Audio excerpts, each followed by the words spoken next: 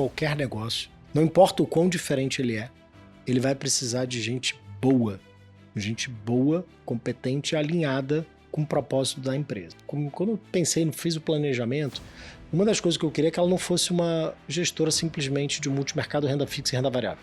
Você vai fazer um multimercado, você vai competir com 100 multimercados. Sim, bem mais. A gente brinca lá, tem uma expressão que funkeiro no Rio de Janeiro, gestor em São Paulo, nasce do bueiro. Todo dia nasce uma.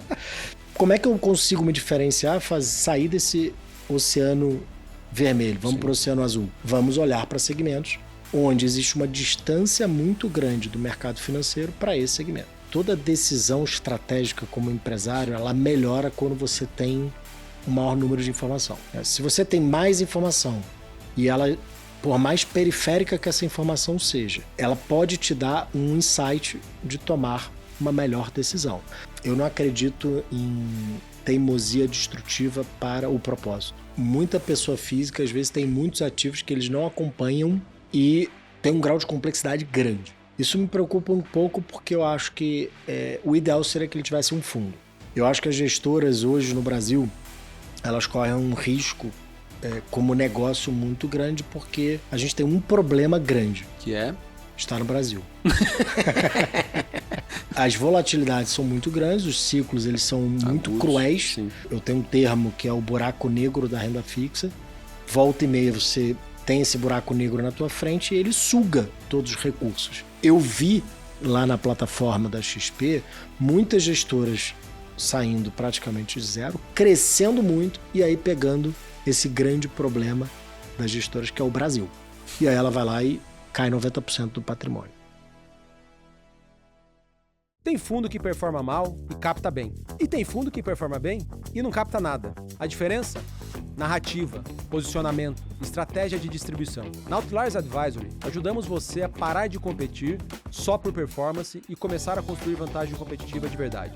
Porque só os números não falam sozinhos e o mercado não premia só quem é bom, mas quem é bom e claro. Quer entender como ajudamos gestoras a crescerem de forma estratégica? Nossos contatos estão na descrição ou basta procurar por Outliers Advisory nas redes sociais.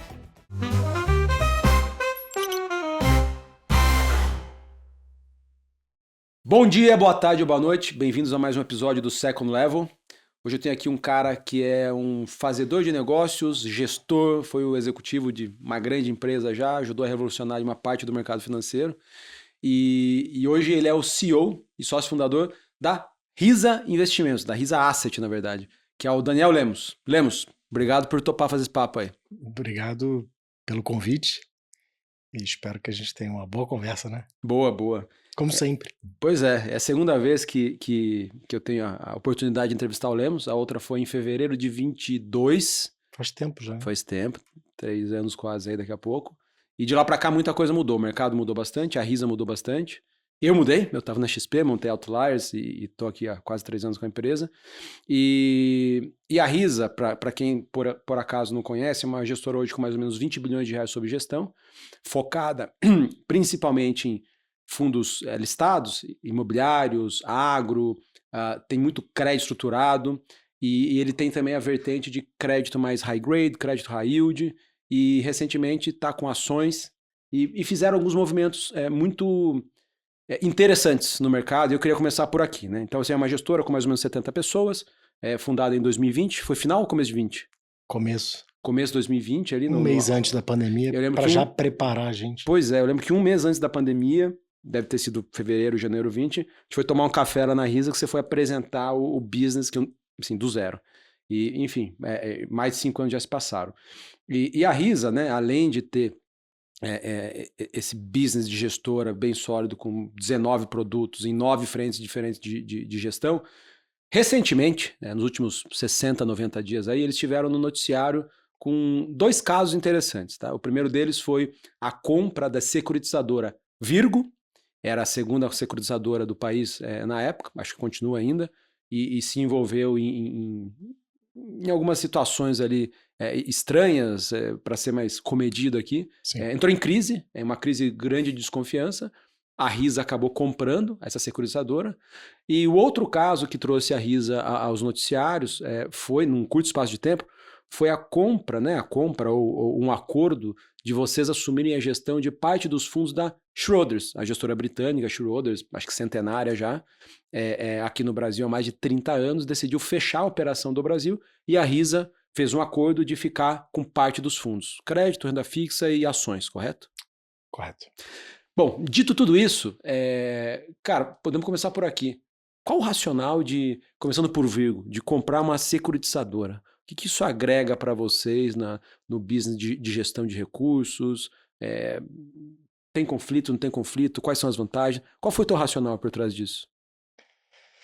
Olha, Ponsoni, do ponto de vista de gestora, ela tem pouquíssima ou nenhuma relação com a Virgo, né, que provavelmente a gente vai chamar de Risa securitizadora. Tá bom. Por quê? A ideia da Virgo, ela surgiu de uma percepção já há algum tempo de que esse business, na verdade, vários prestadores de serviço carecem de uma certa qualidade, né? Você vê com frequência reclamações em relação a empresas de um determinado prestador de serviço dentro da cadeia financeira. Perfeito. Seja agente fiduciário, securitizadora, administrador e tudo mais. Óbvio que sempre vai ter, né, ótimos players, mas eu acho que na securitização em geral a gente vai ter um salto muito grande de requerimento de qualidade. Uhum. E qual foi o precursor disso? Da gente olhar para a securitizadora com um olhar diferente do que a gente olhava antes, apenas como um prestador de serviço de operações que a gente fazia emissão, né, que a gente comprava dentro dos nossos fundos. Assim, até para contextualizar, muita gente não sabe. Se você pudesse explicar em 1 minuto, o que é uma securitizadora, essencialmente? A securitizadora ela é a companhia que, através de patrimônios segregados, faz a gestão de recebíveis de uma securitização, seja ela uma debênture financeira, um CRI, um CRA, ou com uma legislação relativamente recente, os CRs, que são os certificados de recebíveis, que são mais amplos. Não necessariamente eles precisam ser do agronegócio ou do imobiliário, como é o caso do CRI e do CRA. Transforma um pacote de recebíveis em um produto, entre aspas, ativo financeiro para as pessoas ou fundos investirem. Exatamente. E, de certa forma, qual foi a relação? A gente, há mais ou menos uns 3 anos, né, vou dar um passo atrás, você comentou sobre janeiro, fevereiro de 2020, quando a gente nasceu. A ideia da Risa sempre foi ser uma gestora de multinegócios, Tá bom. multissegmentos, multissetores, que a gente internamente deu um nome para isso chamado núcleos de gestão, que carregam 2 coisas muito importantes. Primeiro, ter pessoas 100% especializadas naquilo que elas estão se propondo a fazer. Então, na hora que a gente fala do agronegócio, a gente vai ter agrônomo, a gente vai ter engenheiro agrônomo, a gente vai ter advogado dentro da área, analista de crédito, que entende do segmento, do setor. Na infraestrutura, mesma coisa. Na securitização e carteiras, era a mesma coisa. Onde a nossa visão como gestora era, quando eu for alocar num CRI, eu não quero simplesmente tomar a face value, o que é me dito, eu quero analisar esse CRI, não só na entrada, como acompanhar. E a gente olhava para a securitizadora como potencial fornecedor dessas informações para a gente fazer uma melhor gestão do ativo. Perfeito. E aí, a partir de 2022, a gente já tinha isso muito bem desenvolvido, calcado em tecnologia, e a gente resolveu fazer a parte de securitização do que são os fundos que participam de uma operação de securitização, que no final é um FDIC. Tá. E a gente começou a evoluir essa área usando muita tecnologia, também com um time especializado em securitização e carteira, dedicado a visitar os clientes, os sponsors, os cedentes e fazer as conexões corretas de tecnologias e o setup das regras do fundo para ter uma boa securitização. Nossa aposta era que o mercado de securitização ia crescer muito. E, por sorte e competência, o mercado subiu muito e a gente também acabou evoluindo bastante. Uhum. A gente fez recentemente um FDIC de Casas Bahia, FDIC da MRV, um FDIC para direcional, e alguns outros que já estão, o FDIC de Paquetá, que tem um BIC, de crédito consignado privado. Então, de certa forma, já era uma visão que a gente tinha que a securitização ela ia dar um salto no Brasil, como é lá fora. Olhando para a oportunidade que acabou aparecendo da Virgo, né, de também ter um networking, de conhecer as pessoas, né, o antigo sócio e pessoas que estavam no nosso ambiente e ter uma entrada para propor um deal, falar, eu enxergo essa saída aqui desse jeito, acho que dá para alinhar no futuro e a gente contribuir bem, a gente enxergava que era um complemento com essa expertise que a gente tinha de securitização. Sem necessariamente ter qualquer competição com o ecossistema de gestoras, ao contrário, porque tem um Chinese Wall e cada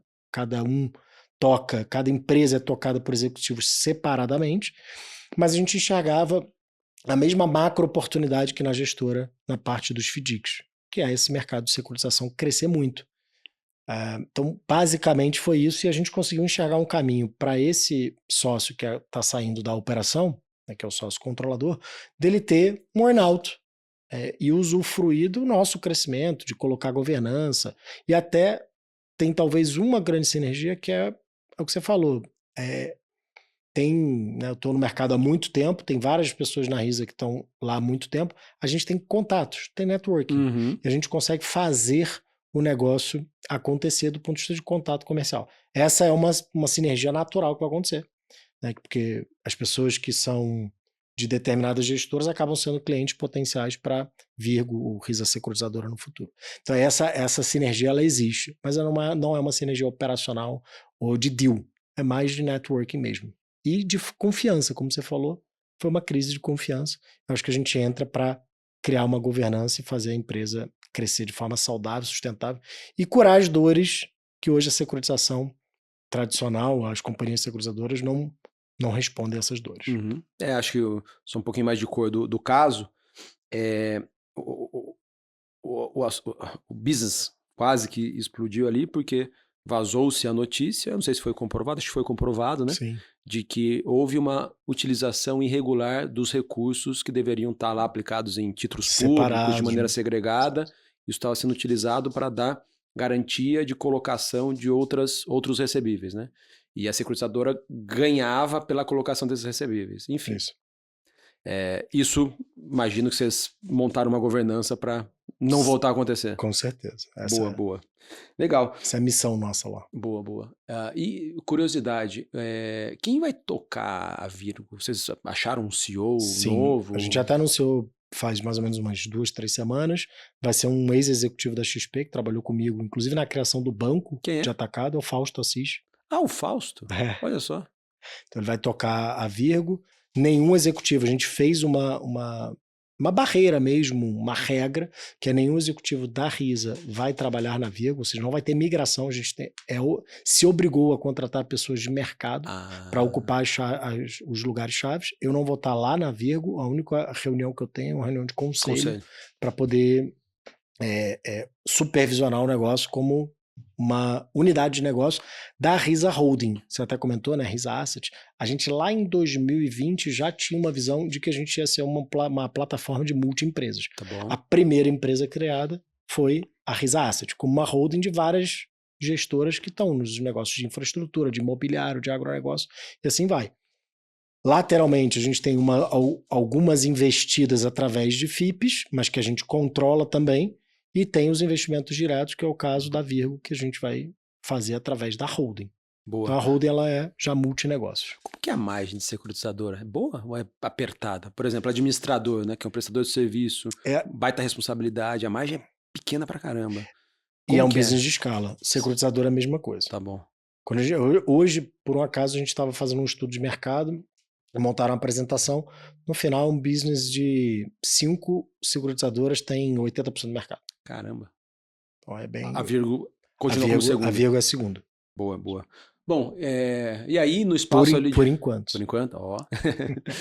Mas no espaço ali de, não sei se deu 30 dias, 60 dias, né? Veio a outra notícia nos jornais, que foi o acordo entre Schroders e Risa, né? Acho que também um pouco mais de cor aqui. Eu lembro que lá em 2000 eu não tinha entrado na XP ainda, eu entrei em 19, não sei se foi em 2018, que você, né, junto com o Gustavo Pires, foram um dos arquitetos da área de crédito dentro da Schroders.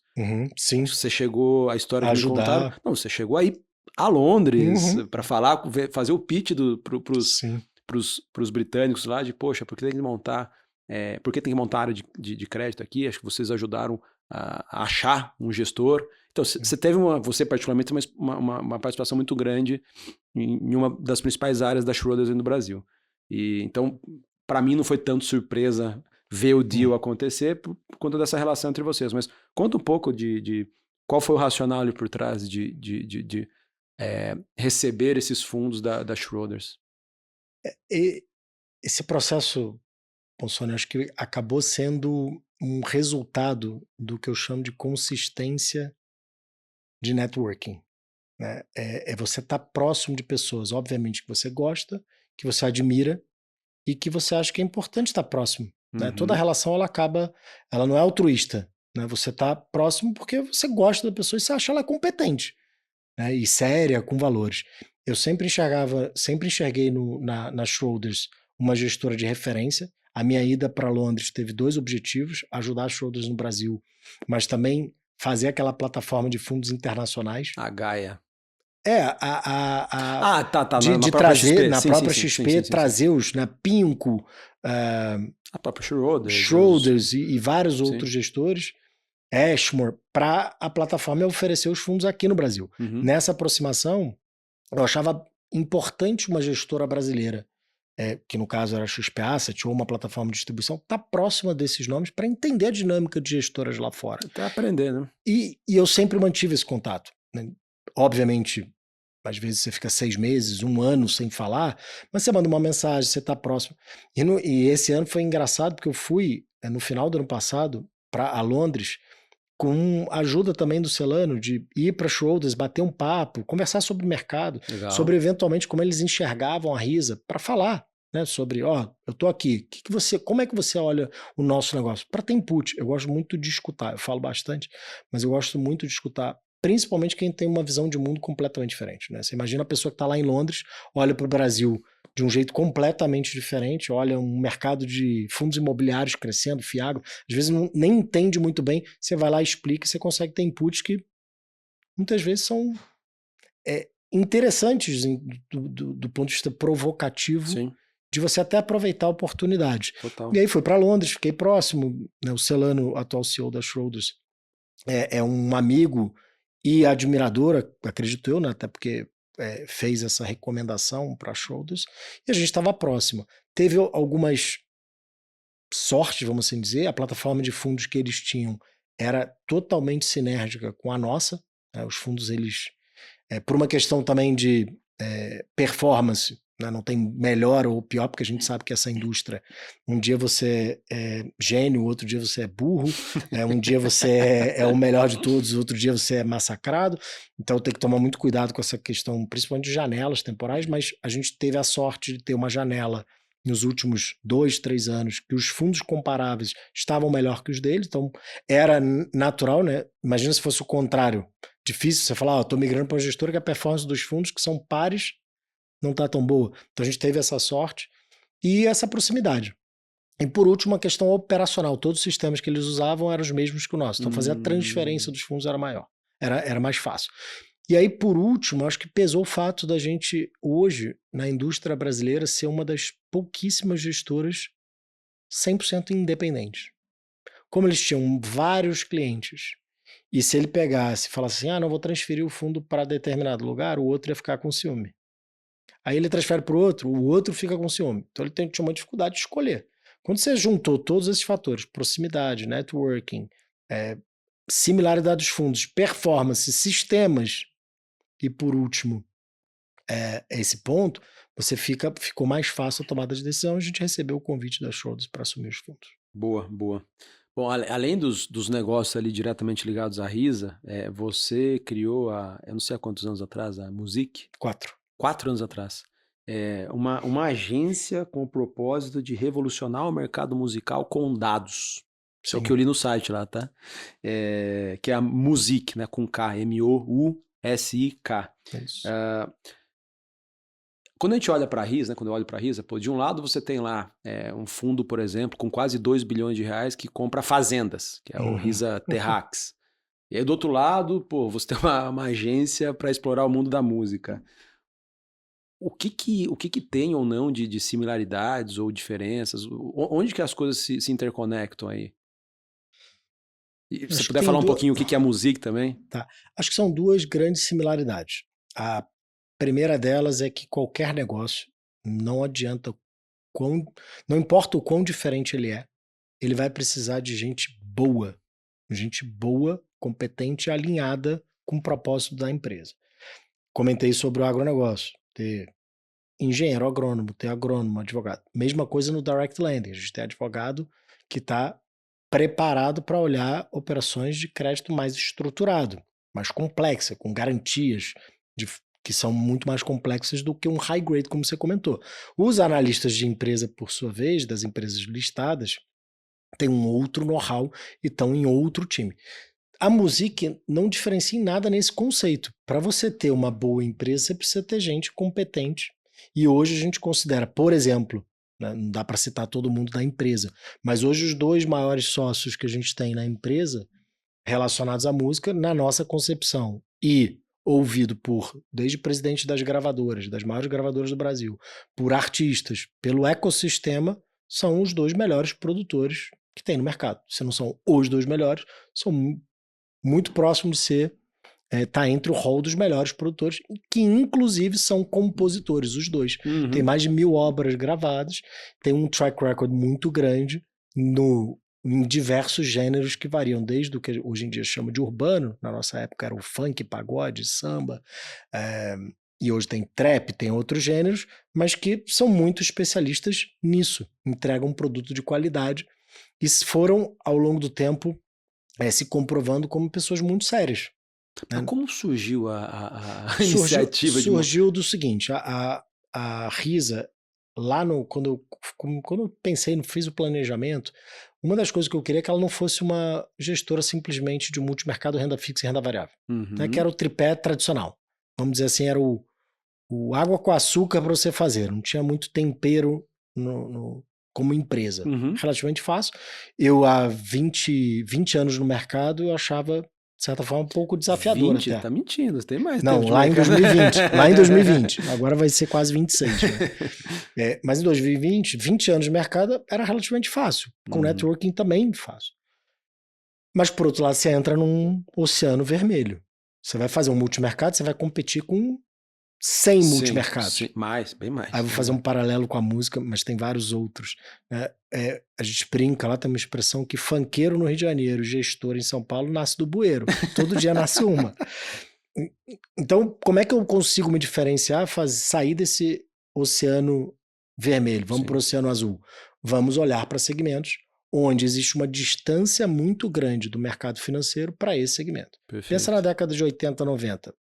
O mercado imobiliário tinha pouca bancarização.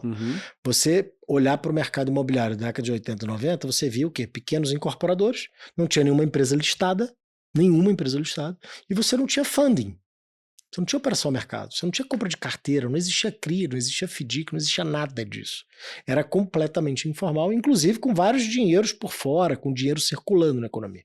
Obviamente, com a tecnologia, com a evolução do digital, né, das transações digitais, com uma certa evolução no mercado, alienação fiduciária, registro e tudo mais, sim. As empresas se formalizaram e o mercado financeiro ele colou no mercado imobiliário.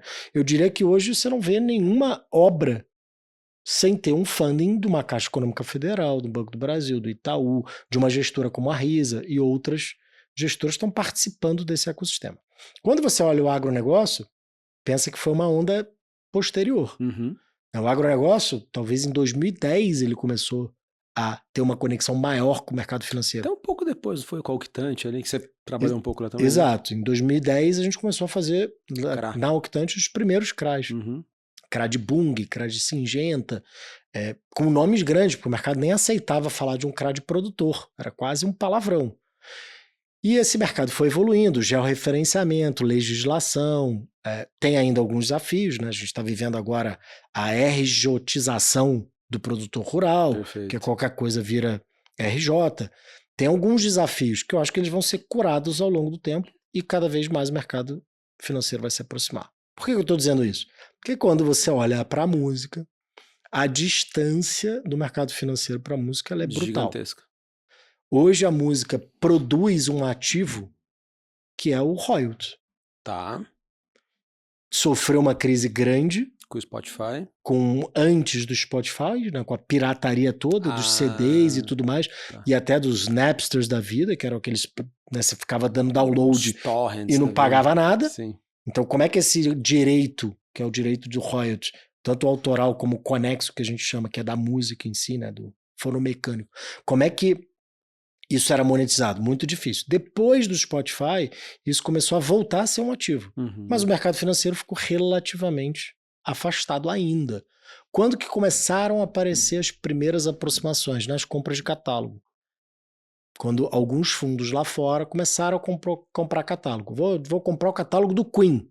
Aí ele ia lá, botava um dinheiro, tinha o direito de todas as músicas e ia explorar isso comercialmente. Entendi. Como é que você faz estratégia, por exemplo, para royalty?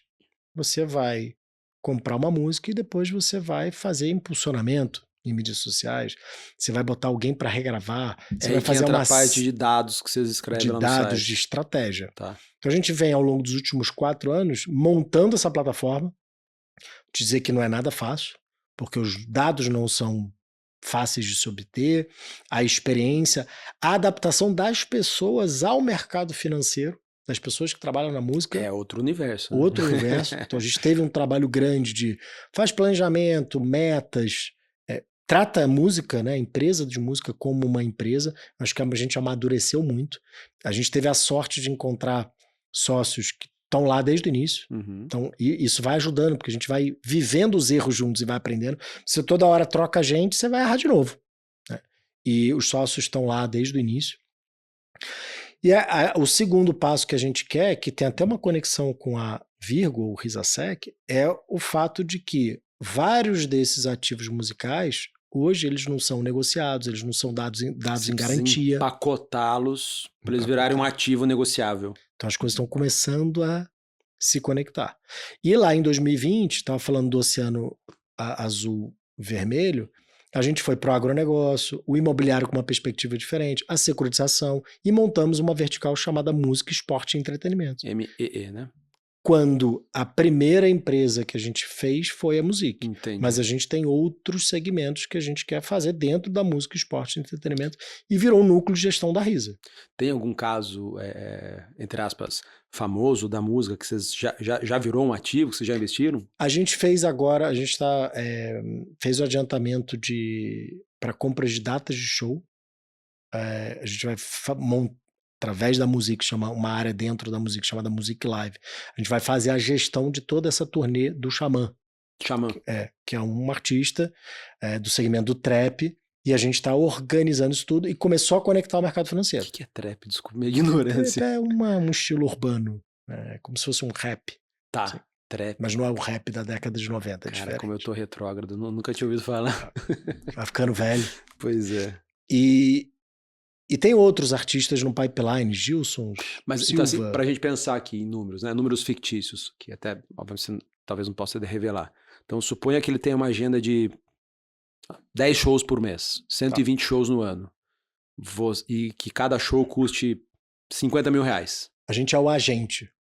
Então, É o representante. A gente faz a parte comercial. Tá, mas você não antecipa esse ano inteiro pra ele, ou é isso? Isso. Com um desconto. É isso. Então, sei lá, em vez de ele receber, vou inventar o valor aqui, em vez de receber 2 milhões em um ano, você fala, cara, eu te antecipo aqui 1.200. Quer agora? É isso. E aí todo o spread, todo o excedente que vocês conseguirem é o lucro da operação. Com a vantagem da gente ter a exclusividade, porque a exclusividade traz planejamento. Perfeito. Então você consegue planejar uma turnê de forma organizada. Porque se você não tem esse acordo, fica muito difícil, você vira só um comercial tirador de pedido. Entendi. Alguém me ligou, quer o show, vou lá e vendo, né, na empresa. Então, de certa forma, você consegue organizar melhor a vida do artista. E o risco aí é o cara, eu não vou falar do pior, né, do cara mas é seguro. Bater as botas, mas você tem seguro? Seguro. O cara desprocou, quer ficar uma temporada na Amazônia, tem seguro pra isso? Seguro de vida e seguro de no-show, que a gente chama. O cara não apareceu. Exato. O Tim Maia lá atrás, né? O cara entornava de beber uísque e fazer outras coisas e, enfim, não aparecia. Sim. Legal. Aí depois a gente quer fazer labels, turnês, né? Trazer artistas estrangeiros, tem todo um processo. E não só financiar e olhar a cadeia para a música, a gente está aberto, a gente é sempre uma plataforma aberta. Eu tenho cabeça de não de verticalização, mas sim de gestão com parceiros. Então eu posso fazer, por exemplo, a turnê ou financiar a turnê de um outro player. A XP lançou um fundo que eu não lembro se tinha só essa tese. Só. Eu estava na XP ainda, que foi no meio da pandemia, foi uma oportunidade sensacional, que, pô, a pandemia fechou tudo, ferrou a carreira de milhares, sei lá, não sei se centenas de milhares. Centenas, né? Milhares de artistas, né? No mundo e, obviamente, no Brasil. E eu lembro que lá na época eles fizeram um produto que justamente antecipava receita para esses artistas todos que estavam fazendo show. Tomaram um risco grande lá, que poxa, quando voltar da pandemia, Sim. A gente vai monetizar. E, enfim, foi uma tese muito legal. Mas legal, Music. E... Além disso, a gente é gravadora, editora e produtora. E a gente está num projeto agora de um balcão organizado de ativos alternativos, começando por música. Ou seja, criar a B3 do alternativo. O Samuel das Couves lá, de Piedade, interior de São Paulo, escreveu lá um sertanejo, eu posso botar lá no Mercado Livre de músicas, é isso? É isso, seria isso. Eu vendo os direitos autorais. É isso. Que hoje é um mercado totalmente, entre aspas, de balcão, você não sabe nem onde pegar isso, não é balcão, não existe. É informal. Informal, então, essa palavra. Aí vem o paralelo do agro legal. E do real estate lá de trás, década de 80 e 90. Era tudo muito informal, que a gente quer trazer para o mercado financeiro. E no esporte está um pouquinho mais avançado, né? Essa securitização, a antecipação de recebíveis. Mais direitos televisivos. Infelizmente, o Brasil não tem escala e tamanho de qualquer outro esporte que não seja futebol. Infelizmente. Mas talvez o futebol seja o precursor para monetizar, para movimentar. E a securitização está muito ligada aos esportes, aos direitos televisivos. Perfeito. A gente teve aqui há pouco tempo atrás com o Pedro Oliveira da Outfield. Você conhece esse pessoal? Não. Depois eu apresento vocês. Cara, bem legal.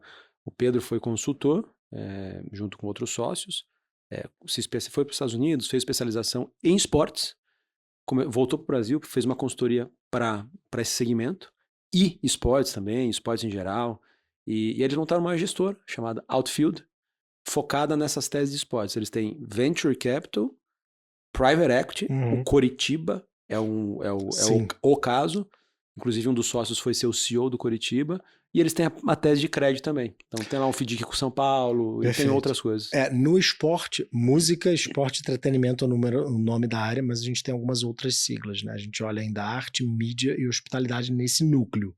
É que não dá para fazer uma sigla com tantos nomes, né? Vai ficar impronunciável. Mas são setores que estão correlatos. Muito longe do mercado de capitais. Exato. E são correlatos, de certa forma, né? Você fala de arte, você fala de exposição, você fala de entretenimento, você fala de venues. Tá meio que junto. Venues, você tem futebol, mas tem show. Dentro do ME, a gente olha para venues. Por exemplo, a gente está junto com um IB olhando para fazer uma oferta do primeiro FII de um venue, de uma SAF, que está aí no Brasileirão. Exemplo. Só não posso ainda falar o nome. Eu falei do Coritiba aqui, né? Por exemplo, poderia ser o estádio do Coritiba para você usar para fazer shows. Exatamente. Entendi. Botar dentro de um fundo imobiliário e a renda, assim como tem um fundo imobiliário de shopping, a renda desse venue vai ser o que paga os dividendos dos cotistas. Entendi. Interessante. Vai vir aí uma série, tá? A gente está atrás de uns 3 ou 4. Bacana. Voltando um pouco para sua época de XP, e para depois conectar com a Risa de novo, ali na XP você entrou em 2012, né? 12. Passou por algumas áreas anteriormente e começou a acumular bastante coisa, né? E dentre essas várias coisas que você acumulou, chegando ali ao final a ser o COO da XP, com quantas pessoas embaixo de você? Metade da empresa? Mais ou menos. Uma das coisas nas quais você esteve muito envolvido foi a estruturação da plataforma de fundos imobiliários, renda fixa também, para colocar mercado. Lá em 2012, 13, 14, essa plataforma ela era bem incipiente, né? Hoje uma potência gigante, tem, sei lá, mais de 300 gestoras, deve ter mais de 1.000 fundos na XP. Eu não tenho esse número, mas a ordem de grandeza é essa. Há 12, 13 anos atrás era minúscula. E eu me lembro, não porque eu estava lá, mas de ouvir histórias do Pires da vida, que, no começo vocês tinham que meio que... Ele não usou a palavra implorar, mas você tinha que ficar lá, gestora, por favor, se conecta aqui na minha plataforma. Sim. E hoje virou totalmente oposto, né? São as gestoras que querem entrar e a porta é mais apertada. Mas você participou, de um lado do balcão, da construção desse mercado de distribuição de fundos. E hoje você foi para o outro lado da mesa, né? Com a gestora. O que de insights você teve ali para montar a Risa, tendo ajudado a construir a maior plataforma de fundos do país e agora sendo o fornecedor de fundos? O que você aplicou da XP? Você teve o privilégio de estar lá e você consegue aplicar na Risa hoje? 2 ou 3 coisas, talvez tenha um monte, mas... Tem até uma história engraçada, fazendo um comentário. Toda vez que eu vou negociar algum parâmetro, eu falo, pô, mas esse parâmetro não faz sentido. É a resposta que eu recebo. Você que criou. É bem frequente. É bem frequente. E aí fica difícil, né, de você começar a conversa, porque você pode até olhar sob outra ótica, tentar trazer um argumento, mas fica difícil. Mas o que eu acho que o desenvolvimento da plataforma fez com que a gente mudasse ou tivesse produtos específicos, né? Como é que a gente, estando lá, olhava esse ecossistema e tentou navegar da melhor maneira possível? Eu acho que as gestoras hoje no Brasil, elas correm um risco como negócio muito grande, porque a gente tem um problema grande. Que é? Está no Brasil. E aí as volatilidades são muito grandes, os ciclos eles são muito agudos, cruéis. Sim. Né? Eu tenho um termo que é o buraco negro da renda fixa. Volta e meia você tem esse buraco negro na tua frente e ele suga todos os recursos. Então você tem uma gestora de renda variável, tem uma gestora de multimercado high vol e você é um monoproduto, você vai acabar sendo sugado para dentro desse buraco negro, porque ele está querendo dinheiro para ir para a renda fixa. Com juros tão altos como a gente está vivendo agora, é muito difícil você sustentar uma empresa apenas com um produto. Paralelo a isso, tem uma coisa bem específica que você comentou, né? Eu tive várias áreas na XP e eu acho que toda decisão estratégica como empresário, ela melhora quando você tem um maior número de informação. Se você tem mais informação e ela, por mais periférica que essa informação seja, ela pode te dar um insight de tomar uma melhor decisão. E eu não queria uma gestora onde você, ou só na renda variável, você tem um pedacinho de informação da economia, né, do Brasil acontecendo. Quando você tem uma gestora que tem várias verticais, você está vendo o agro sofrer, você está vendo um movimento de commodities, de fertilizantes, isso é discutido em reuniões. Você está vendo a infraestrutura, o impacto de um curtailment num determinado segmento, como é que isso impacta os bancos, como é que impacta a disposição para dar crédito. Quando você está na securitização em carteira, você está vendo o consignado privado crescer, o autoloan tendo dificuldade, o home equity, como é que está. Ou seja, você começa a ter uma quantidade de informações, de análise, que te torna mais inteligente para tomar decisão. Então, eu vi lá na plataforma da XP muitas gestoras saindo praticamente de zero, crescendo muito e aí pegando esse grande problema das gestoras que é o Brasil. E aí ela vai lá e cai 90% do patrimônio. A Risa, nenhum ano teve queda de patrimônio sob gestão e em nenhum ano ela deixou de crescer mais de 20% no que a gente chama de AUM ajustado pela perenidade, que é o outro aprendizado olhando para toda essa indústria que eu acabei participando quando eu estava na XP. O fundo D1 é bom? Te dá volume? Ele é bom. Ele tem o seu papel dentro desse mosaic theory, né? Dessa informação. Porque eu estou vendo o mercado de high grade, eu vejo os spreads, quem que está captando bem, quem que não está. É uma da parte das informações para você tomar decisões estratégicas. Mas ele tem as suas restrições, as suas coisas ruins. Qual que é? Volatilidade passiva. Sim. Em D1, passivo pode cair 50%. A gente quis criar uma plataforma de fundos, e esse veio desse aprendizado, que ele vai desde o D1 até um fundo D30, um fundo D60, um fundo D180, um fundo 360, obviamente com vocações diferentes. Também diversificamos em áreas, como já falei, que são os núcleos de gestão, e focar bastante em fundos fechados ou listados.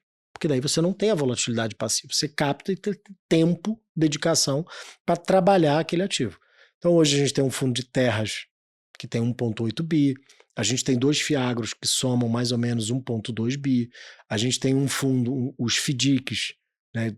Tem 2 FDICs que estão beirando R$1 bilhão, um já até ultrapassou, a gente tem um fundo de infra listado, Tem fundo de papel, que são os fundos de CRIs listados. Então você consegue ter uma grande perenidade. Como é que a gente faz esse ajuste do Assets Under Management pela longevidade do passivo? A gente pega basicamente o prazo de resgate, tira um zero e bota um percentual. Se eu tenho um fundo de 720, ou seja, são 2 anos que o cliente pede resgate hoje, ele vai receber daqui a 2 anos, eu considero 72% desse passivo na minha métrica. Então, se eu tenho R$1 bilhão num fundo de 720, eu vou considerar só 720 milhões. Se eu tenho um fundo de 360, eu só vou considerar 36%. Se eu tenho um fundo de 10, eu só vou considerar 1%. Entendi. E se eu tenho um fundo de 1, eu considero 0,1%. Ou seja, um fundo de 1 bi, ele só é, para mim, 10 milhões. 10 milhões de reais. E aí, quando você olha o gráfico desses ativos sob gestão no tempo, ele é uma obsessão empresarial. Ele só tem que crescer. Ele tem que crescer. Para quê? Para você a todo momento melhora a tua perenidade, a tua longevidade como empresa, retém talentos, você tem receita, então você consegue investir de forma mais estruturada. Entendi. Mas a grande lição foi Ver os diversificar.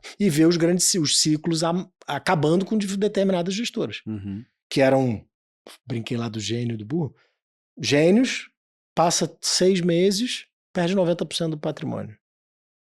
É difícil você fazer a gestão de um negócio assim, né? Como é que você paga analista, economista, gestor, tendo essa volatilidade de receita? Boa. Bom, vocês, eu vi lá no site de vocês, na apresentação institucional que o Rafael mandou, vocês estão com 19 fundos, quase 20 fundos hoje, em 9 verticais diferentes. Perfeito. O que você diria que hoje são as 1 ou 2 verticais que de longe assim estão mais maduras, que você fala, cara, aqui tinha referência. Obviamente você vai querer ser referência em tudo, Sim. mas as áreas têm velocidades de maturação diferentes. Onde você acha que vocês, cara, aqui a gente é muito diferenciado? Acho que são 3 das 9. A área de renda fixa, a área de imobiliário e a área de agronegócio. As 3 estão bem maduras. Com perfis completamente diferentes, porque a renda fixa ela é de fundos líquidos, e aí a gente tem fundo D1, tem fundo de previdência, o Lotus Prev, Lotus Plus.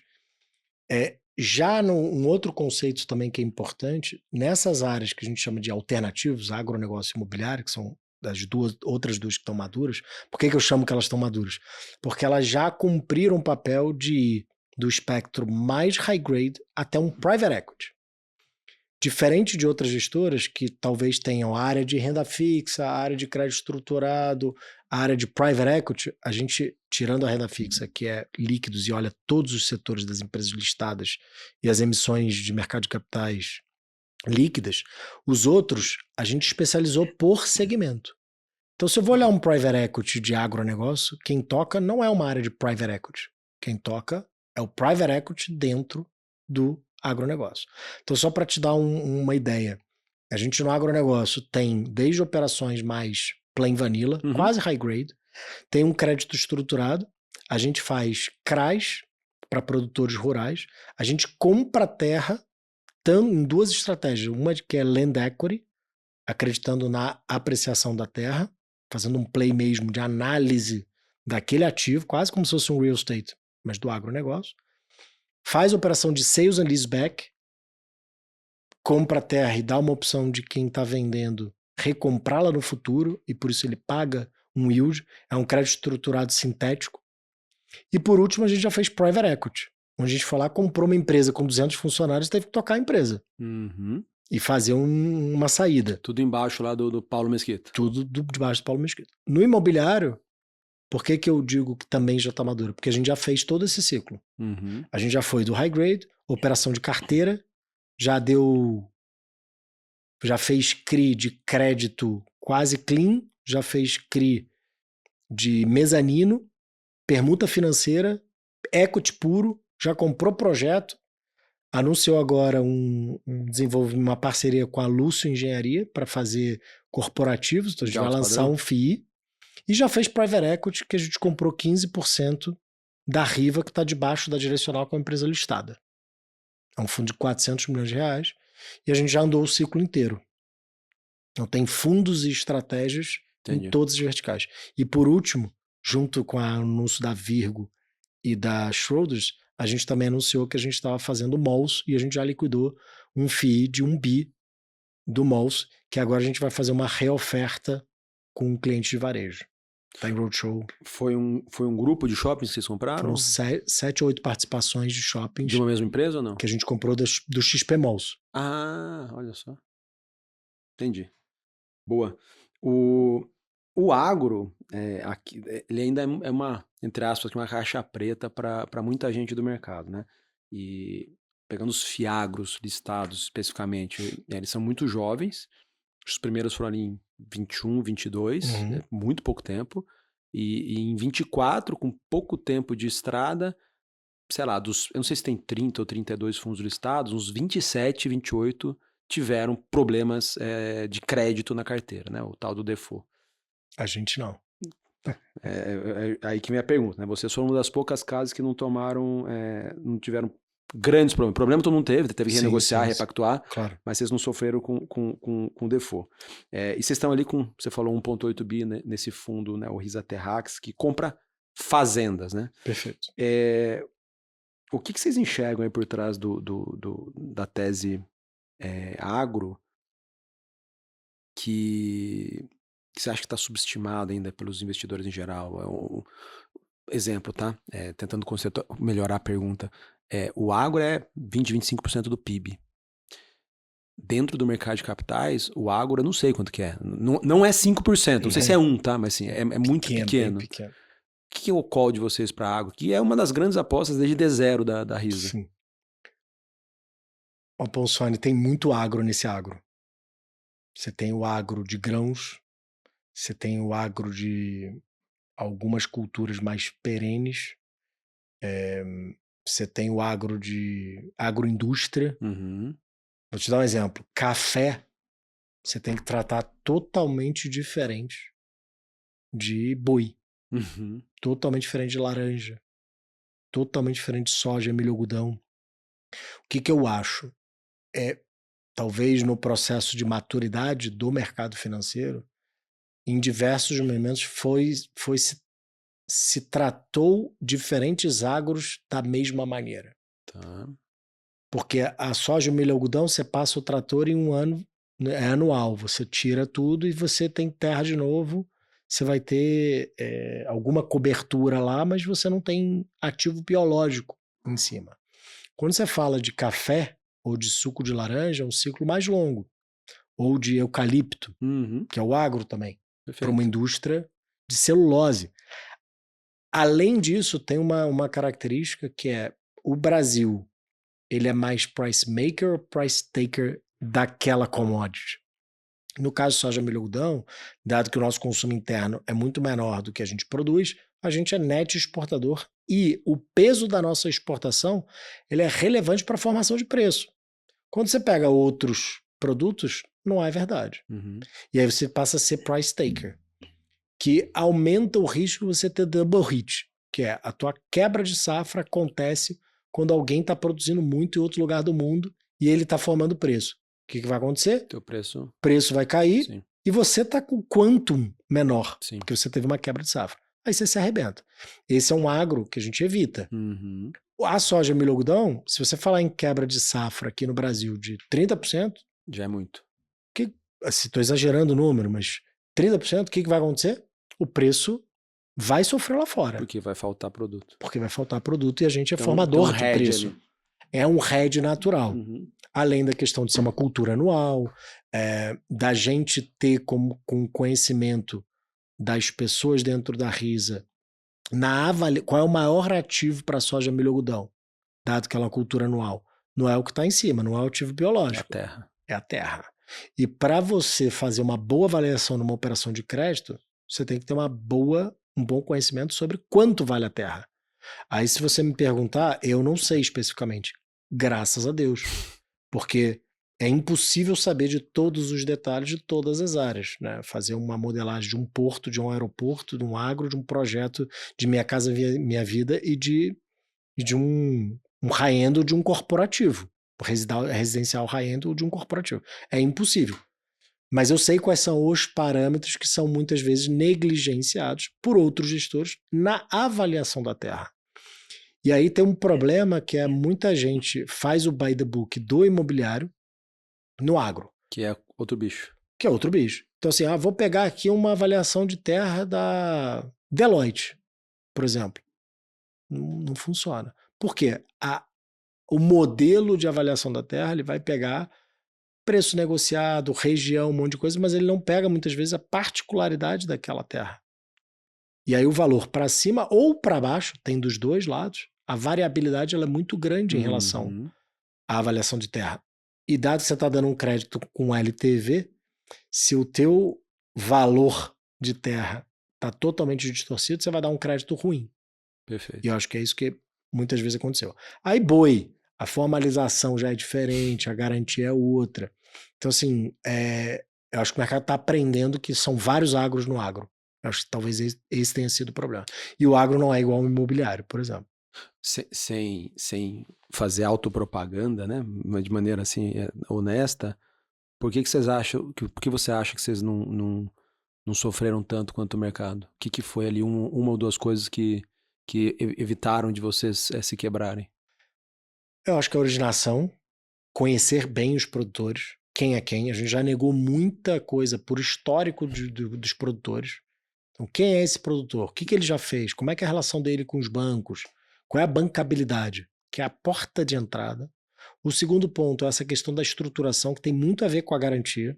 Quanto que vale a terra efetivamente? Quanto que tem de capacidade produtiva? Quanto que é o arrendamento? Tem vizinho que compra? Tem dois problemas no agro. Ou você é muito grande para o vizinho pequeno, ou você é muito pequeno para o vizinho grande. Os dois não funcionam. Porque se você é muito grande para o vizinho pequeno, o pequeno não tem dinheiro para te comprar. Você fica lá com aquela terra, você vai ter que desmembrar, vai ter que... demora muito a execução. E o oposto também é verdadeiro. Porque você tem uma terra pequena e um monte de gente grande do teu lado, o cara fala, putz, deixa aí. E aí você não tem escala. Essa preocupação do sweet spot, de qual é o valor da garantia e se vale a pena pegar aquela garantia, se ela é boa mesmo, ela é bem relevante no agro. Então, originação é quem é, estruturação é como fazer e, por último, tá perto. Né? Um dos pleitos da área de agro foi, cara, a gente precisa de um avião, senão a gente vai morrer na estrada. Não tem como visitar o Brasil, a área está crescendo, tem muita área pelo Brasil inteiro. A gente tem área Mapitoba, Mato Grosso, em praticamente todo o centro-oeste brasileiro. Como é que visita? Não é no carro da Localiza. Não é no carro alugado, não é no carro da Movida. Não tem aviãozinho, como. teco-teco, viajando. Tem que chegar na fazenda. Uhum. E aí a gente tem que comprar um avião para poder dar substância dar essa substância de visita, que é o acompanhamento, é o monitoramento. Aí a gente une tecnologia, que é de fato a gente dentro de casa fazer com que os times reportem e a gente provoca, será que não é melhor puxar ou tentar executar? Puxar o crédito é não renovar, diminuir. É isso. Aí está ali num comitê de alocação e risco, no comitê de crédito. E o acompanhamento, de fato, está plantando, não está plantando, está próximo do produtor, ser parceiro muitas vezes, porque teve uma quebra de safra. É melhor você rolar, melhorar a tua garantia do que às vezes você puxar. O cara. Aí você mata de vez, né? E aí tem que conhecer do negócio. Perfeito. Tem que saber para quem você faz isso. Boa. Então, são os três: originação, estruturação e monitoramento. Boa. Eu acho que esse foi o diferencial. Legal. Você começou a sua carreira no Pactual, não era nem BTG, né? Era Pactual. Aqui, ó, onde nós estamos. Pois é, estamos gravando aqui no prédio do BTG. Foi em 2000 isso? Foi em 2000. 2000. E aí, outros tempos. Pois é, era o Pactual, não era o BTG Pactual. 2000, outro mercado, um pouco mais selva do que é hoje. E empresa com cultura forte desde sempre. E ali em 2012, né? 12 anos depois, você foi para a XP. Duas empresas de culturas muito fortes, muito intensas, bem distintas entre si, mas muito marcadas. E aí em 2020 você foi montar a tua empresa com que você acredita ser a cultura melhor para a empresa, né? Quais são os desafios que você tem enfrentado em termos de implementação de cultura numa empresa, pegando a experiência que você teve em BTG, embora você fosse mais júnior, né? Mas você viveu a XP, O que você tentou reunir de características dessas empresas em termos de cultura na Risa? De maneira prática mesmo, e menos etérea. Tá. O que eu tenho de dificuldade? O brasileiro tem características sociais muito difíceis quando você quer implantar uma cultura de meritocracia. Defina a cultura de meritocracia.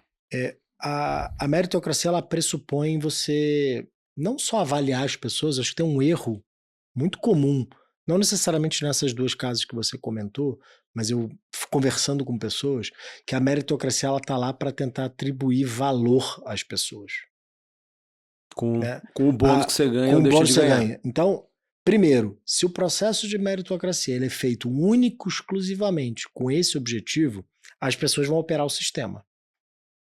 As pessoas vão politizar o sistema, elas vão fazer combinados, elas vão, de alguma maneira, tentar maximizar o valor, porque o propósito da meritocracia é pagar bônus. Tá. O que eu tentei e tento a todo momento, nunca está ideal, sempre tem a melhorar, mas é uma diretriz, um norte que eu me coloco sempre. Que o processo de meritocracia ele tem que ser um grande feedback. Ele tem que ser uma instrução do que está indo bem, do que não está indo bem. E vem a segunda parte que eu sinto que em muitos lugares existe uma dispersão muito grande de como que eu faço isso. Então, se eu quiser falar para você alguma coisa que eu acho que você precisa melhorar, na maioria dos lugares, eu, Daniel, vou falar de um jeito, Ponsoni vai falar de outro, o outro vai falar de outro. Não existe uma uniformização. Quando eu comecei a Risa, eu falei, putz, como é que eu crio essa uniformização para que a empresa tenha a sua língua própria? Uhum. Né? Quando você vai estudar o que é cultura, a definição do que é cultura, nos povos, nas sociedades, uma das coisas é a língua. Então, um dos patrimônios culturais do país é a sua língua. Uhum. Né? O que é a língua? É como as pessoas falam. Não é só o verbo, o sujeito, é como as pessoas falam, como elas se comunicam. E eu acho que a cultura da empresa ela precisa ter muito forte como que a gente fala para as pessoas. E aí, quando eu vou falar que a pessoa não está dando o máximo de si, como é que eu traduzo isso? O que a gente fez nos últimos anos? Eu chamei uma consultoria, fui ler muita coisa e a gente descobriu que tem 25 competências comportamentais meio que universais. São usadas para casamento, para amizades, para relações de trabalho. E a gente foi moldando essas competências comportamentais e foi reduzindo de 25, que tem na literatura tradicional, para 20 competências, para eu poder explicar para as pessoas. Que é bastante pra caramba ainda. Que é bastante. Que quando ela está fazendo o corpo mole, pode ser um problema de resiliência, que é uma competência comportamental, e você pode ter ela bem desenvolvido, pouco desenvolvido, ou em estágio de compreensão. Você nem entendeu o que é resiliência ainda. Ou eu posso estar falando sobre proatividade. O gestor tem que saber dar nome para as coisas, porque senão as pessoas não conseguem evoluir. Agir, sim. Qual é a maior dificuldade? É você dizer, olha, você precisa melhorar a sua resiliência. Ou seja, quando você enfrentar um problema, você tem que ser igual água na pedra. Você bateu, você não para. Você faz assim. Você vai pelo lado. Como é que eu digo isso para ela? Tem que ter um nome. Faz parte da língua da empresa, da cultura da empresa. A partir daí, eu preciso orientar ela como fazer. Que ações ela executa no seu dia a dia para que, de forma conjunta, a proatividade dela melhore, a resiliência dela melhore, o gerenciamento de tempo e prioridades, a argumentação e oratória. Como é que eu dou feedback de argumentação e oratória para, de fato, a pessoa melhorar? Olha, se atenta, que as pessoas chamam de filler words, que é o né, tá, ali. Eu preciso pontuar isso para ele. Fica muito mais fácil se eu digo que isso é um filler word. E depois eu falo, toma aqui o material. Estuda. O treinamento, que tem vídeos, tem textos, tem livros de referência. Por outro lado, eu não faço treinamento periódico. A gente não tem RH na empresa. Porque eu acho que o RH ele pode ser, do jeito que muitas empresas constituem, ele pode ser um destruidor de cultura. Porque ele força um cotovelo. A pessoa tem um problema, ela vai no RH. E ela não trata o problema de forma direta, com uma comunicação direta com as pessoas e com o que ela está sentindo para ser um feedback rápido e simples. Então, os aprendizados que eu tive, não necessariamente de uma cultura ou de outra, dessas casas que você comentou, mas de um monte de coisas que eu vivi, pessoas que eu convivo, reclamações que eu ouço. Pô, no lugar que eu trabalho tem isso, isso, isso, é muito politizado. O cara fala de mim nas minhas costas. Eu tento ao máximo, não tenho nem a soberba e nem a esperança de que não vai existir na Risa. Vai existir. O que a gente tenta é tratar e cortar o mais rápido possível. Se uma pessoa me chama para uma reunião para falar de alguém, eu paro nos primeiros 30 segundos. Eu falo, deixa eu tentar entender o que você quer. É isso que você quer? A melhor forma é chamar a pessoa aqui e a gente vai conduzir desse jeito. Você concorda? A pessoa fala, concordo. Trago a pessoa. E eu conduzo. Para quê? Para que as pessoas se acostumem a fazer isso. Aí vem a questão da cultura brasileira. A cultura brasileira, Não ela gosta de confronto. não gosta de confronto. Prefere a fofoca. Só que a fofoca não é que ela é destrutiva só porque ela é destrutiva. É que ela não agrega. Porque se eu tenho algo para falar de você, é melhor que eu fale para você do que fale para alguém. Porque se eu falar para alguém, eu tô perdendo o tempo dessa pessoa. Tô perdendo meu tempo. E você que é o maior interessado não tá sabendo de nada. E eventualmente rola o telefone sem fio. Ele até vem falar para mim, mas o que ele entendeu, e não o que é de fato. Né? É isso. Então eu tento ao máximo mostrar isso para as pessoas e aí eu reforço. Falo assim, tá vendo como isso aqui é o melhor processo? E aí as pessoas vão. E como vem pessoas do Brasil inteiro, de níveis sociais diferentes, de experiências diferentes, até você fazer com que todo mundo fale a mesma língua, toma tempo. Interessante, interessante. Você é um cara muito conhecido pela determinação grande em fazer negócios, né? Em outros tempos, poderia te chamar de trator. Pode chamar. Acho problema, que ao longo né? do tempo a gente vai ficando mais velho, vai vindo cabelo branco, algumas pessoas vão mudando, né?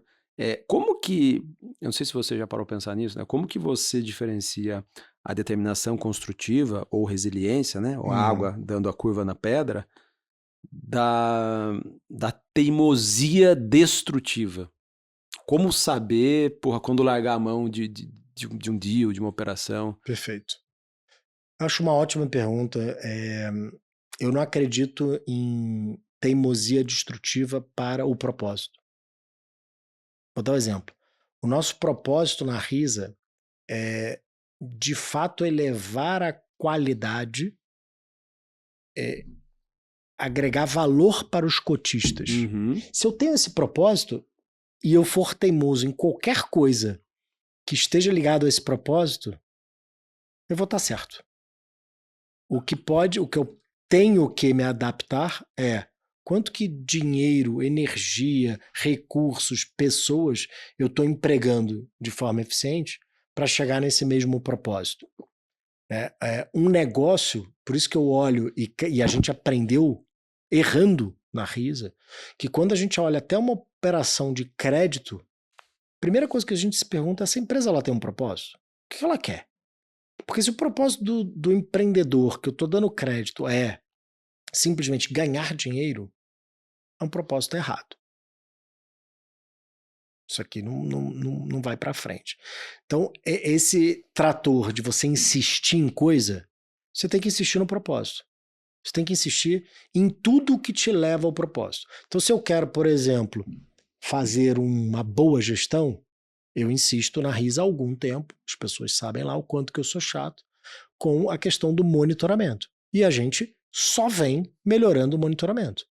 E vai ainda melhorar cada vez mais. E aí vem o trator. Eu vou ser incansável para que a gente tenha o melhor monitoramento possível do mercado, usando tecnologia, leitura de dados, crawler na internet, um monte de coisa que dá para fazer para você melhorar isso aqui. Está conectado com o propósito. Na Virgo, você é um trator para crescer? Primeira pergunta que me fizeram quando a gente fez um all hands assim, na empresa, foi, e aí, a Virgo vai ser a maior securitizadora do Brasil? Eu falei, a maior eu não consigo garantir. O que vai ser a minha missão de vida aqui é a gente resolver as dores desse segmento. Ou seja, focar em qualidade. Se a gente focar em qualidade, Talvez Pode ser que a pode ser que o consequência- tamanho seja esse. Então eu continuo. O que eu acho que eu evolui bastante é a forma. né? A gente evolui, né? Talvez ainda também, né? Talvez não, com certeza no teu estágio ideal vai ter formas melhores. Eu tô mas dando risada, pessoal, porque ele era um cara mais difícil na forma no passado. E até a questão das competências, de como falar, De ajudou muito. autoconhecimento, sim. Ajudou muito. Porque antes eu queria falar uma coisa para a pessoa, ela não estava entendendo, eu não estava me expressando bem. Então hoje eu tenho mais parcimônia em explicar, olha, a questão aqui é que você não se organiza, você não tem planejamento e organização. E eu entrego o material, fica mais fácil para mim e para a pessoa. É uma crítica construtiva. Claro. Ou um feedback construtivo. Isso. E para mim é menos traumático. Porque você vai perder menos pessoas, você vai consertar, entre Eu aspas, vou a pessoa. vou falar de um jeito melhor. Sim. Porque eu sei qual é a língua que eu Não é quero. que é má vontade, que é um mau profissional. É Tem uma isso. deficiência ali especificamente. Exato. E aí ajudou como tratorar. Daí eu falo das coisas de uma forma mais específica, vamos assim dizer. Boa, boa. Cara, crédito estruturado, seja no agro, no imobiliário, seja no mercado de capitais, é parte importante do que vocês têm lá sob gestão.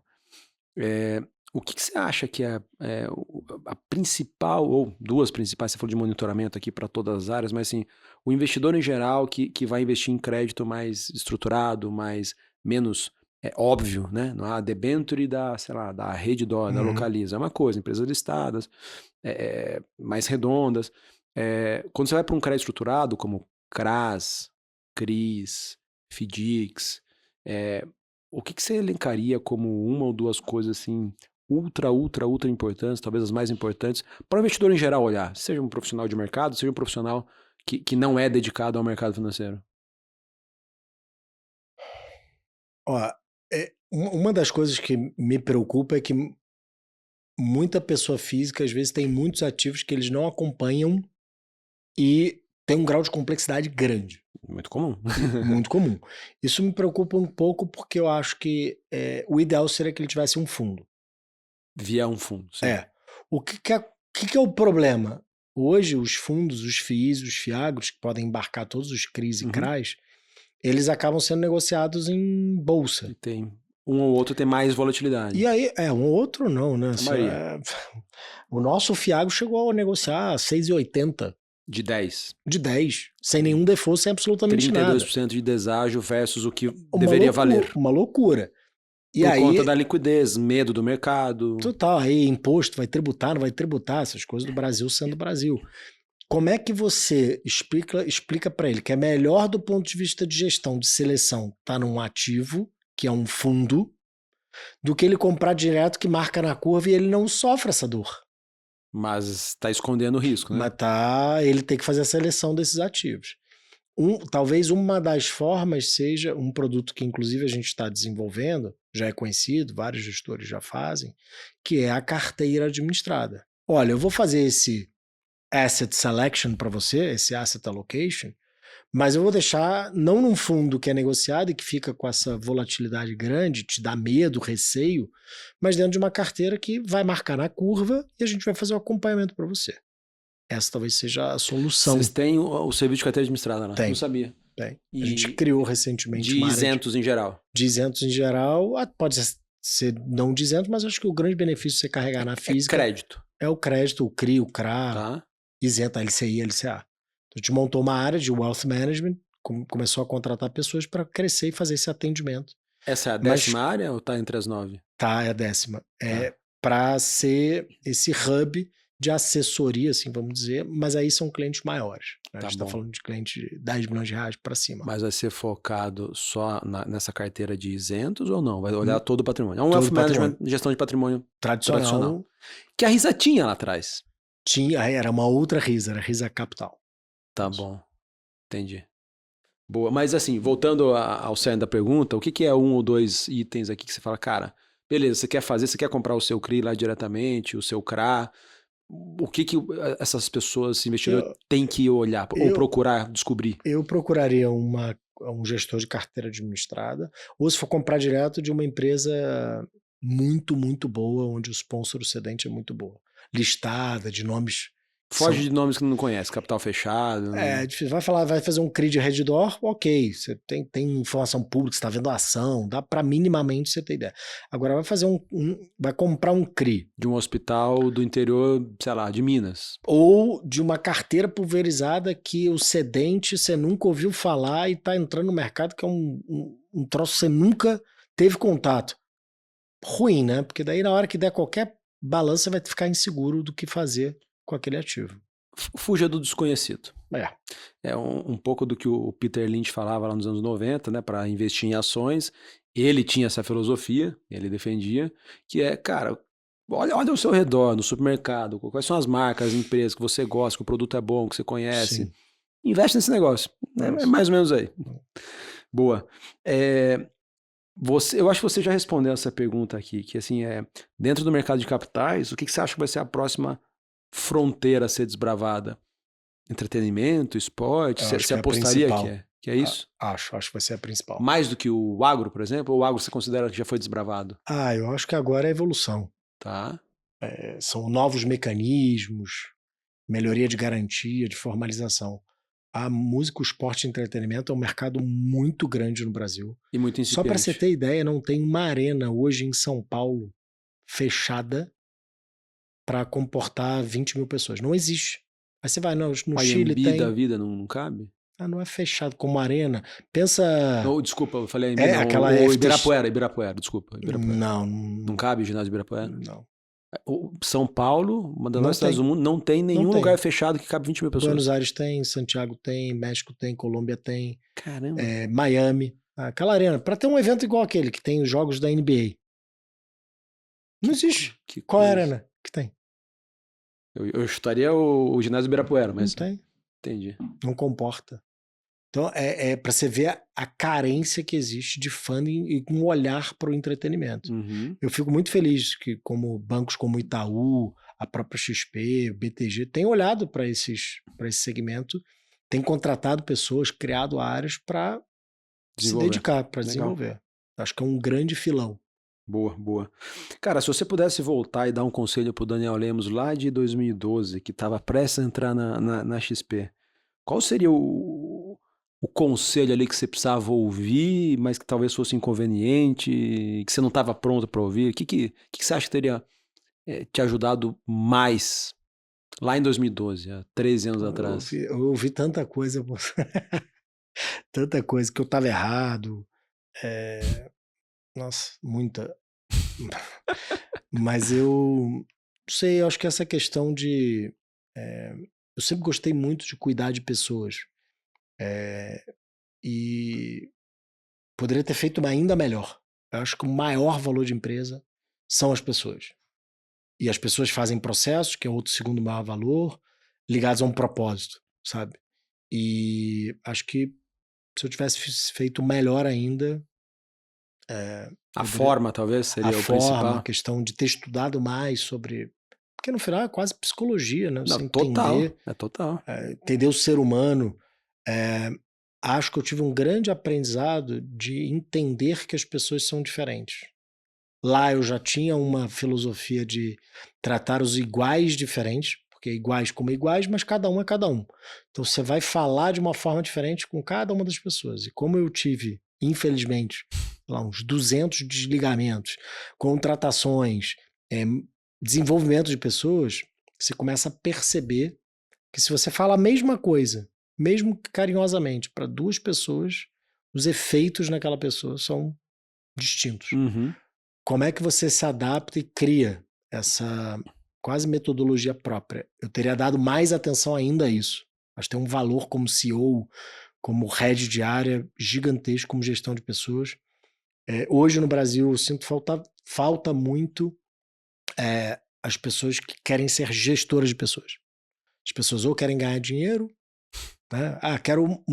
Quero ser gerente porque tem um cargo e ganha mais dinheiro. Ele não esquece do desafio de liderar pessoas, né? Não é isso. Ele está preocupado com ele mesmo e não com as pessoas que estão de baixo. Consecutivamente, tudo é uma questão de consequência. Se você lidera bem as pessoas, a tua área cresce, ela vai bem, você vai, de alguma maneira, você vai ser bem remunerado, você vai ser reconhecido. Uhum. Certo? As pessoas muitas vezes pedem um cargo pelo reconhecimento e remuneração. Ego e remuneração, E esquece dos to-dos do do cargo. principal. E aí, acho que se eu tivesse poder me dar um conselho, era poder transmitir isso mais ainda dentro das empresas que eu passei. Entendi.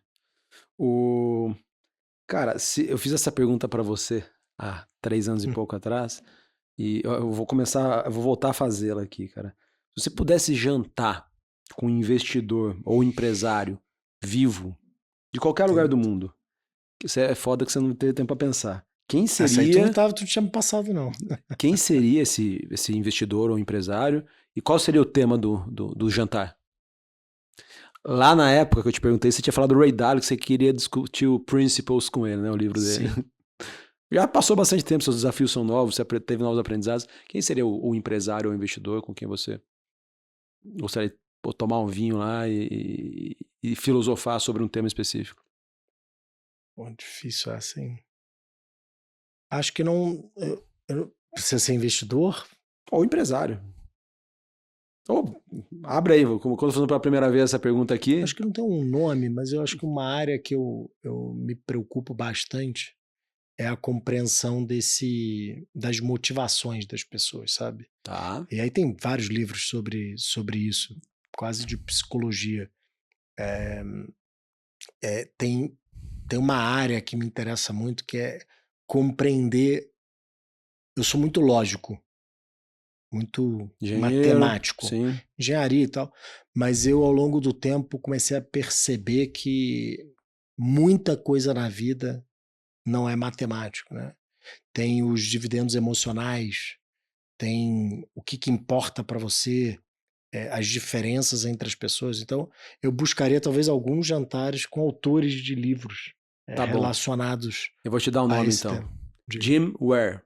Jim Ware. Jim Ware. Mora em Chicago. Ele é o fundador da consultoria Focus Consulting Group. Legal. Tem um livro que eu não sei se eu te dei já, que é o High Performing Investment Teams. Não. Você não leu esse livro? Não. Porra, Lemos. Pá, tem muita coisa pra ler, cara. Você vê meu pipeline lá. Tá bom. A gente tem uma parceria com eles. Então, vou esperar de presente isso. Fechado. Outliers tem uma parceria com a Focus Consulting Group. Ah, legal. E o foco deles o principal foco é cultura. Em gestoras. E eles têm 5 livros publicados. Então, vamos fazer rolar esse jantar. Boa. Última pergunta aqui, cara. Pô, depois de comprar a Virgo, absorver parte dos fundos da Schroders, montar a Music, onde você vê a Risa daqui a 5 anos, em 2030? Acho que a gente é como país, um belo formador de talentos. Uhum. Acho que em diversos segmentos, desde o agro, do imobiliário, a própria gestora, a música, a gente é um potencial exportador para outros países.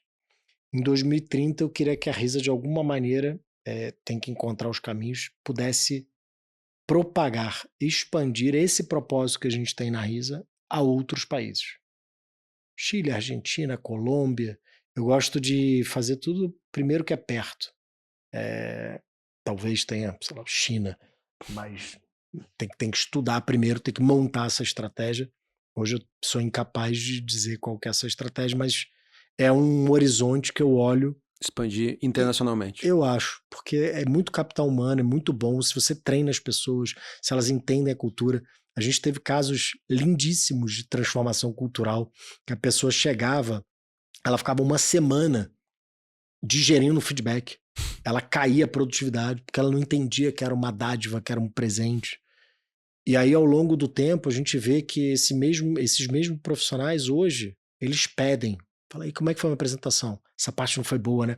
Eles já fazem autocrítica e são mais aliviados com isso. A hora que a gente pega isso e consegue exportar para os outros lugares, eu tenho certeza que é uma cultura de atração de talentos, né? Do Brasil indo para fora e lá localmente para onde a gente for. Então essa é uma vontade que a gente tem. Eu enxergo muito mais isso do que número. Né? Talvez muita gente responda para você que lá a gente vai ter 100 bi. Parece um número factível. Mas eu não tô olhando para isso. É consequência. Boa. Cara, obrigado pelo papo. Bom te ver de novo. Obrigado a vocês. Pessoal, obrigado pela audiência. Sigam aí o Market Makers nas redes sociais, se inscrevam para receber os alertas de novos episódios. Me sigam também lá no Instagram, LinkedIn, Samuel Ponsoni, e nos vemos na próxima. Abraço.